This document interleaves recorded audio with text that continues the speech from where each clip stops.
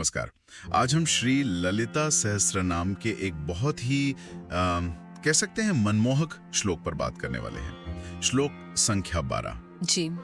हमारे पास श्री ललिता सहस्त्रनाम सौंदर्य और शिव शक्ति एकता के कुछ अंश हैं और हम कोशिश करेंगे कि इस श्लोक के सौंदर्य और इसके गहरे अर्थों को समझें। बिल्कुल। तो सबसे पहले वो श्लोक सुन लेते हैं जिसकी हम आज चर्चा कर रहे हैं। हाँ। श्लोक है अनाकलित सादृश्य चिबुक श्री विराजिता कामेश बद्ध मांगल्य सूत्र शोभित कंधरा। अच्छा, तो पहली पंक्ति है अनाकलित सादृश्य चिबुक श्री विराजिता। इसमें ये जो शब्द है अनाकलित सादृश्य, इसका मतलब कुछ ऐसा लगता है जैसे जिसकी कोई तुलना ही ना हो। क्या श्रोत भी यही कहते हैं? जी हाँ, बिल्कुल। अनाकलित सादृश्य का मतलब ही यही है कि जिसकी बराबरी का अंदाजा भी नहीं लगाया जा सकता, मतलब उपमा दी ही नहीं जा सकती। अच्छा। यहाँ देवी की ठोड़ी यानी चिबुक, उसके सौंदर्य की बात हो रही है। स्रोत कहते हैं कि उनकी ठोड़ी की सुंदरता इतनी अनोखी है, इतनी अनुपम है कि दुनिया में कोई और चीज उससे मिलती जुलती है ही नहीं। उसकी कोई मिसाल नहीं है। कोई मिसाल नहीं, वाह। और फिर आता है चिबुक श्री विराजिता। तो क्या ये सिर्फ वो बाहरी सुंदरता है जिसकी कोई तुलना नहीं, या इसका कोई और मतलब भी है? हाँ, ये अच्छा सवाल है। देखिए, स्रोत बताते हैं कि ये सिर्फ बाहरी बनावट या सुंदरता नहीं है। चिबुक श्री का मतलब है ठोड़ी की वो दिव्य चमक, वो श्री। हाँ, वो असल में देवी के अंदर की करुणा, उनके प्रेम, उनकी सौम्यता को दर्शाती है। ये वो सुंदरता है जो मतलब भीतर से बाहर आ रही है, उनके चेहरे पर एक अलग ही तेज ला रही है। समझ गया। तो थोड़ी का सौंदर्य सिर्फ बाहर का नहीं बल्कि वो अंदर की दिव्यता का प्रतीक है। अच्छा, इसके बाद श्लोक उनके गले की तरफ मतलब कंठ की ओर ध्यान दिलाता है। कामेश बद्ध मांगल्य सूत्र शोभित कंधरा। यहाँ कामेश बद्ध मांगल्य सूत्र, इसका क्या मतलब है? इसका सीधा संबंध है भगवान कामेश्वर से। कामेश्वर यानी भगवान शिव। अच्छा, शिव। जी।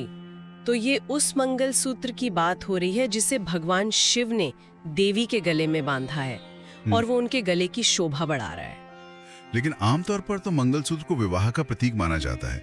क्या यहाँ भी वही मतलब है या फिर स्रोत कुछ और बताते हैं? हाँ, माना तो जाता है, लेकिन यहाँ इसका अर्थ कहीं ज्यादा गहरा है।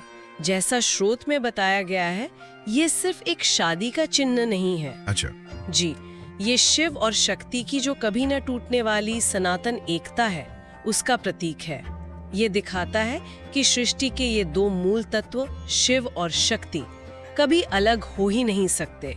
वो हमेशा एक हैं। वाह, मतलब अविभाज्य एकता। बिल्कुल, अविभाज्य एकता। ये सिर्फ एकता नहीं बल्कि सृष्टि का जो संतुलन है, पुरुष और प्रकृति का जो एक साथ होना है, ये उसका प्रतीक है जो देवी के कंठ से जाहिर हो रहा है। और शोभित कंधरा, इसका मतलब? इसका अर्थ है कि देवी का कंठ यानी गला, कंधरा, उस मंगल सूत्र से सुशोभित है, शोभित है, सुंदर लग रहा है। ठीक है। तो ये उनके दिव्य स्वरूप और शिव के साथ उनके अटूट रिश्ते को और भी ज्यादा मतलब स्पष्ट कर देता है। तो अगर हम इस पूरे श्लोक के गहरे मतलब को देखें तो मंगलसूत्र का जिक्र सिर्फ एक गहने की तरह नहीं है बल्कि ये किसी आध्यात्मिक सच्चाई की तरफ इशारा कर रहा है। हाँ, बिल्कुल सही। स्रोत इसी बात पर जोर देते हैं। ये मंगलसूत्र यहाँ उस पवित्र धागे, उस सूत्र का प्रतीक है जो दिव्य प्रेम और एकता को दिखाता है। और जब कोई साधक खुद को इस शिव शक्ति की एकता वाले भाव से जुड़ता है तो उसके जीवन में एक संतुलन आता है, एक पूर्णता का अनुभव होता है। और यही वो संतुलन है जो पूरे ब्रह्मांड को संभाले हुए है। और एक बात और जो मुझे अभी ध्यान आई, कंठ जहाँ ये मंगलसूत्र है वहीं से तो वाणी भी निकलती है।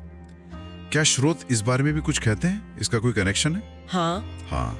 और ये बहुत महत्वपूर्ण संकेत है। स्रोत इस तरफ इशारा करते हैं कि जैसे देवी का कंठ मंगलसूत्र जैसे शुभ और पवित्र प्रतीक से सजा है, हाँ, वो हमें एक तरह से प्रेरणा देता है कि हमारा कंठ यानी हमारी वाणी, हमारे शब्द वो भी शुभ हो, सत्य हो, मंगलकारी हो।